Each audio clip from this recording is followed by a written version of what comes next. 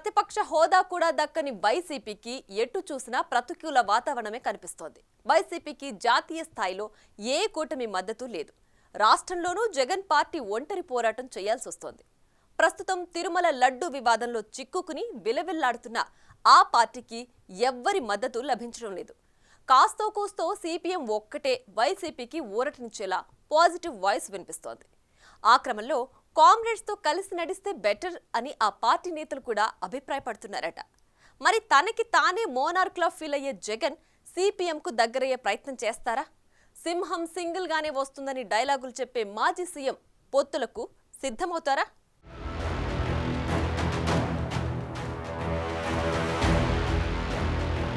ఏపీలో దాదాపుగా ఒంటరి పోరాటం చేస్తున్న వైసీపీకి ఇప్పుడు అంతా ప్రతికూల వాతావరణమే కనిపిస్తోంది. అక్రమాస్తుల కేసు, వైఎస్ వివేక హత్య కేసు, 5 ఏళ్ల పాలనలో భారీ ఎత్తున అవకతవకలు జరిగాయన్న ఆరోపణలు, తిరుమల లడ్డు వివాదం, ఇలా దాదాపు అష్టదిగ్బంధనంలో చిక్కుకున్న వైసీపీ అధ్యక్షుడు విలవిల్లాడుతున్నారు.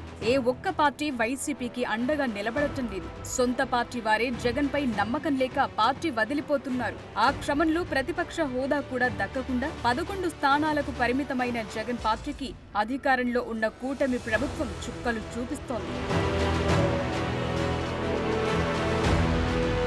వరుసగా వెలుగు చూస్తున్న అరాచకాలతో వైసీపీ ప్రతిష్ట నానాటికి దిగజారిపోతోందన్న అభిప్రాయం వ్యక్తమవుతోంది. 2014-19 మధ్యకాలంలో ఉన్న ముఖ్యమంత్రి చంద్రబాబుకి ఇప్పటి సీఎంకి తేడా స్పష్టంగా కనిపిస్తోంది. అప్పట్లో ఆయన జగన్ ని లైట్ తీసుకున్నారు. జగన్ సీఎంగా ఉన్నప్పుడు నడిపిన కక్షపూరిత రాజకీయాలను అపర చాణక్యుడిగా పేరున్న ఆయన మర్చిపోలేకపోతున్నారంటున్నారు. జగన్ ను ఏ విధంగానూ రాజకీయంగా లేవనీయకూడదని ఆయన ఎన్నికల ఫలితాలు వచ్చిన మరుక్షణమే నిర్ణయించుకున్నారట. దానికనుగుణంగా చంద్రబాబు వ్యవహరిస్తున్నారు. వివిధ రంగాల శ్వేతపత్రాలు రిలీజ్ చేసి గత ప్రభుత్వ అప్పుల లెక్కలు తేల్చారు. సమాజంలోని వివిధ వర్గాల్లో వైసీపీ మీద సానుభూతి పోయే విధంగా చేస్తున్నారు. ఏపీని సర్వనాశనం చేసిన భూతం జగన్ అంటున్నారు. ఆయన రాజకీయంగా ఉండకూడదు అని ఓపెన్ గానే చెప్తున్నారు.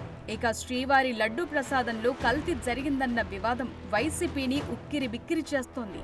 ఈ నేపథ్యంలో వైసీపీ ఎంతకాలం ఒంటరి పోరాటం చేయగలదన్న చర్చ మొదలైంది.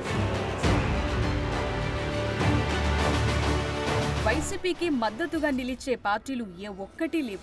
ఆఖరికి సిపిఐ నేత నారాయణ కూడా అప్పటి టీటీడీ ఈవో ధర్మారెడ్డిని టార్గెట్ చేస్తూ ప్రసాదంలో కల్తీ జరిగిందని ఆరోపిస్తున్నారు. అయితే ఒక్క సిపిఎం మాత్రమే వైసీపీకి కాస్త ఊరటనిస్తున్నట్లు కనిపిస్తోంది.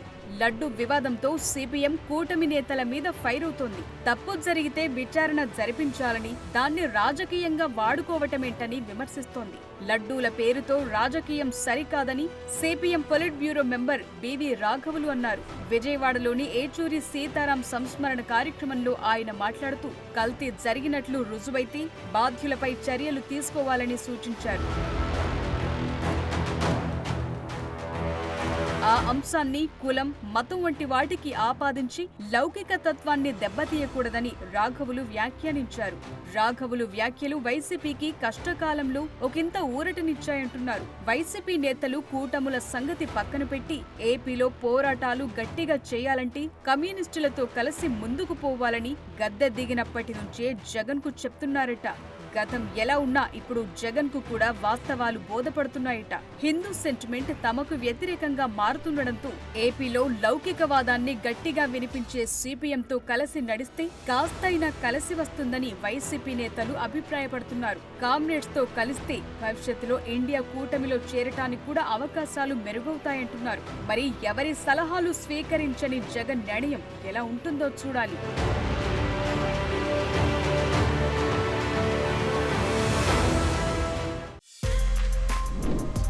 For more videos like this, subscribe Big TV channel.